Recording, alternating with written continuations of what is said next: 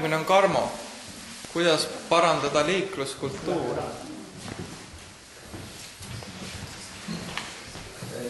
Ma olen Karmo. Mul oli selline üldine teema, nagu kuidas parandada liikluskultuuri. Me kõik teame, et riik oma kampaaniate, sotsiaalkampaaniatega ja kõigiga üritab tegelikult seda kogu aeg parandada. Autokoolid järjest muutuvad paremaks, inimeste käitumine ja see liikluskultuur muutub paremaks. Aga ikka igapäevaselt oma liikumisel me näeme madslikkust. Sellist elementaarsete käitumisoskuste puudumist ja mis me jõudsime nagu oma vestluse käigus tulemuseni, aga päris palju inimesi võib-olla ei teagi, et missugune ongi see õige käitumine, et mida ma siin liikluses pean tegema. Praegu on kõik meil kirjutatud puiselt seadusesse, mida kõik me õpime korra koolis, aga peale eksamigi tegemist, aga keegi enam reaalselt ei kontrolli, et kas ma olen nüüd viisakas, kas nii on õige käituda. Seda keegi tegelikult ei vaata. 10 aasta pärast lähen mina ARK-sse, vahetan oma juhiload välja, see on elementaarne. Me kõik otse loomulikult mõtleme, et see on nii mõnus, see on nii lihtne, aga selle 10 aasta jooksul Eesti Vabariigis on liiklusseadust muudetud võib-olla 8 korda.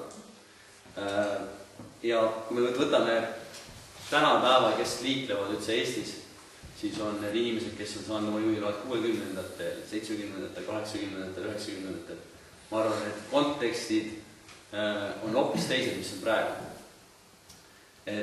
Kui näiteks üks riiklik institutsioon, näiteks politsei, korraldaks või siis paneks kokku sellise kursuse, kus näitlike õppevahenditega näidatakse, miks teatud nõuded kehtivad liikluses, miks me peame nii käituma, miks ma pean sõitma kaherealisel teel paremal pool teeservas. Lihtsalt, kui inimene näeb praktiliselt oma käitumise vigasid, siis ta hakkab võib-olla ka reaalselt nagu nii käituma. Praegu, kui ja kahjuks inimese, et seda lõpuks toimuma hakkab, siis alguses peab käima see ikkagi Eestis sunnimeetodil. Et alguses antakse võib-olla inimesele valida, kui ta teeb oma eksimused, kas sa lähed sinna koolitusele 4-tunnisele politseisse või ARK-sse või siis saad trahvi. Kahjuks on see Eestis paratamatus. Ja mis oleks oluline, oleks nagu riigi poolt on see, et politsei hakkakski pöörama tähelepanu nende elementaarsetele käitumisreeglitele.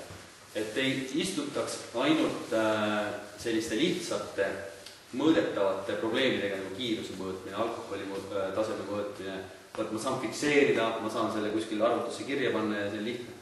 Aga miks mitte näiteks liiklusreguleerijad vaadata ristmikele, et need autojuhid, kes sõidavad ristmiku kinni, need lähevad konkreetselt, saavad ka siis oma teevas karistuse või siis lähevad mingisugusele täiendkoolitusele. Need liiklejad, kes takistavad liiklust sellega, et ta veereb vasakul reas, politsei konkreetselt pöörab tähelepanu, et ta tegi midagi valesti. Võib-olla see inimene ei saa aru, et ta teeb valesti, aga keegi ei ütle talle seda. Et kui sul keegi kõrval sõitvas autodest vehib kätega ja teeb Jim Carrey nägusi, siis sa mõtled, et ta on midagi viga. Aga kui politsei ütleb sulle, et sa tegid midagi valesti, siis on see võib-olla ka aru saada. Politsei lõpp läbi. Ega muud ei olegi praegu. Väga hea, aitäh!